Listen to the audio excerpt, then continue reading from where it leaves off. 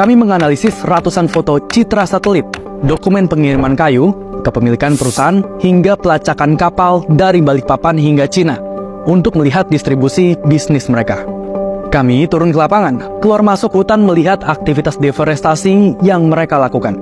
Kami juga memasang alat pelacak pada kayu dan tools pelacak tongkang pembawa kayu untuk memperkuat basis bukti digital yang kami temukan. Royal Golden Eagle Group atau RGE, dengan April sebagai salah satu lengan bisnisnya di industri pulp dan kertas, berdiri sebagai salah satu titan dalam produksi pulp kayu dunia. Produk turunannya merasuk ke dalam kehidupan sehari-hari kita, dari kertas, tisu, kemasan, hingga kain rayon viskosa yang kita kenakan. Sumber dari semua produk tersebut adalah hutan akasia dan eukaliptus yang ditebang untuk memenuhi permintaan pasar yang tak ada habisnya. Dampak dari industri ini bukan cuma sekadar pohon ditebang. Ini adalah tentang deforestasi, kerusakan habitat, dan kontribusi pada krisis iklim global. Dengan pengolahan lebih dari 15 juta ton pulp kayu yang berasal dari 2 juta hektar lahan di seluruh dunia, dampak lingkungan mereka tak bisa diabaikan. Untuk menghadang kritik, pada Juni 2015, mereka berjanji mengeliminasi deforestasi, termasuk dalam rantai pasokan supplier. Janji dihadirkan dengan mengusung tema eco-friendly dan sustainability. Faktanya, komitmen yang pernah mereka buat pada 2015 silam tak sesuai kenyataan. RGE diduga kuat terindikasi tetap memperoleh pasokan kayu hasil deforestasi dan menggunakan skema gelap agar sulit terdeteksi. Ini adalah area konsesi PT Industrial Forest Plantation atau IFP.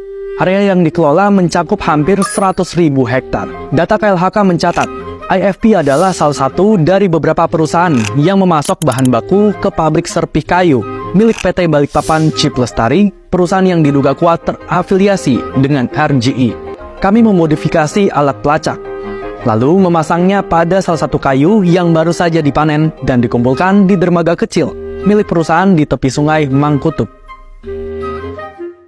Alat ini menjadi kunci untuk mengetahui destinasi akhir kayu tersebut. Para pekerja di area konsesi mengatakan, kayu-kayu ini akan dibawa ke Balikpapan.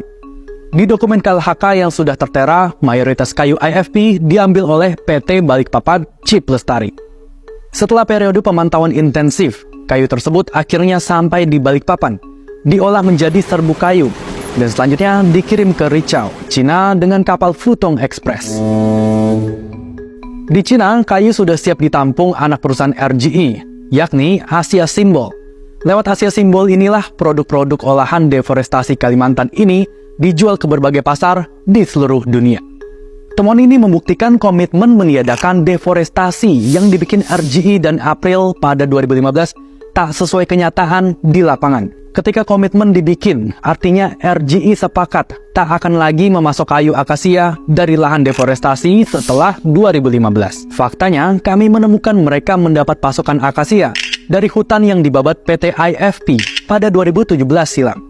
Selama periode 2016 sampai 2022, deforestasi pada konsesi mencapai lebih dari 20.000 hektar. Laporan penyalahgunaan kayu hasil deforestasi RGE melibatkan IFP sebetulnya pernah dirilis Environmental Paper Network pada Mei 2023 lalu. Pihak RGE melalui anak usaha Asia Simbol menjawab tudingan ini. Mereka mengatakan akan menyelidiki dan menyetop sementara pengiriman kayu dari IFP.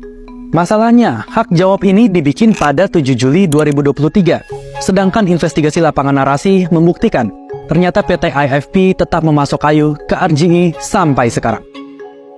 Polanya mirip dengan apa yang terjadi di PT BCL. Seperti dijelaskan di awal, PT BCL adalah penampung kayu dari PT IFP. Hampir 99,9% saham PT BCL dimiliki oleh sebuah entitas bisnis asal Malaysia bernama BCL Industrial. Sumber dana perusahaan ini adalah Taroko Investment, sebuah perusahaan yang berbasis di British Virgin Island. Seperti Samoa, BVI juga dikenal sebagai surga pajak, tempat di mana para pengusaha memilih untuk menyembunyikan aset dan operasi bisnis mereka. Komisaris BCL saat ini, yakni Ivan Chandra, juga terdeteksi bekerja di Nusantara Fiber, yang dalam laporan @environment disebut sebagai bagian dari RGE. Tak cuma menyangkut relasi direksi, BCL juga berbagi tempat dengan 2 perusahaan lain di lokasi pabrik mereka di Balikpapan, dengan PT Kutai Nusantara dan PT Kalimantan Prima, yang jelas disebut berafiliasi dengan RGE. Data dari KLHK juga mengungkapkan bahwa pemasok kayu terbesar untuk BCL adalah PT ITCI Hutani Manunggal yang juga berada di bawah naungan RGE. Saat ini sedang dibangun pabrik mil berkapasitas besar oleh PT Phoenix Resource International di Kalimantan Utara. Temuan kami, perusahaan ini berafiliasi dengan RGE. Terbukti munculnya relasi kuat dengan PT BCL. Pabrik ini membutuhkan 3,9 juta meter kubik kayu atau setara dengan 100.000 truk kayu setiap tahun. Permintaan kayu dalam jumlah besar ini akan memberikan tekanan untuk memproduksi volume serat kayu dan deforestasi lanjutan dari beberapa konsesi yang dimiliki secara langsung dan tidak langsung oleh RGE. Ada sekitar 600 ribuan konsesi hutan di Kalimantan dan Papua yang kini semakin terancam.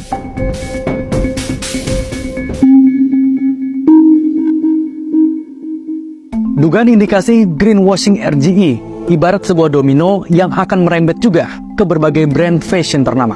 RGE dalam ekspornya dari Balikpapan ke Cina tidak hanya mengirimkan bubur kayu untuk produksi kertas. Mereka juga mengubahnya menjadi salah satu bahan paling diminati oleh dunia fashion, rayon viskose. Melalui anak perusahaannya, Sateri, RGE berkecimpung dalam produksi kain ini yang dikenal ramah lingkungan. Rayon viskose dengan karakteristiknya yang berasal dari serat pohon dan mudah terurai telah menjadi favorit bagi berbagai nama besar dalam industri fashion. RGE lewat Sateri memasok rayon viskose pada Marks & Spencer, Esprit, H&M, Uniqlo, dan Adidas. Ironisnya, beberapa dari brand-brand ini seperti Marks & Spencer, H&M, dan Esprit telah membuat janji publik bahwa mereka mendapatkan pasokan bahan baku yang berkelanjutan dan bebas dari deforestasi. Inilah sebuah efek yang dinamakan greenwashing domino.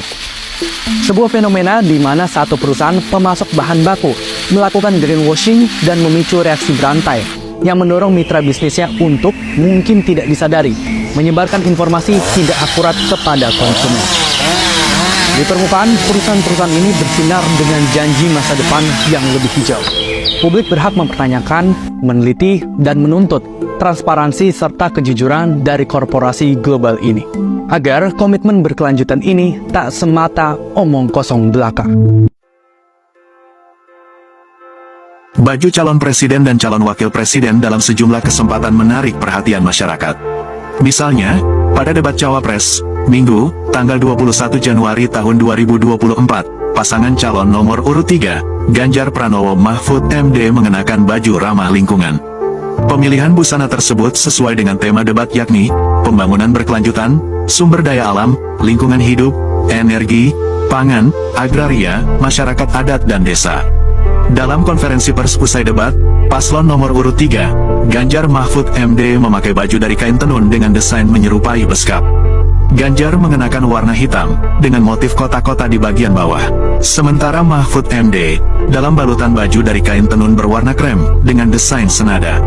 Mahfud MD menjelaskan, baju yang dikenakannya bersama Ganjar, terbuat dari kapas asli Indonesia, yang mudah terurai secara alami.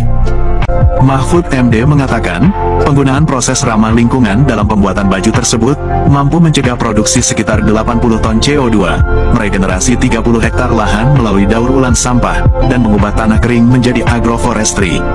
Tak hanya perajin dari Tuban, Jawa Timur, pembuatan baju tenun itu melibatkan perajin dari Makassar, Sulawesi Selatan, dan Badung, Bali.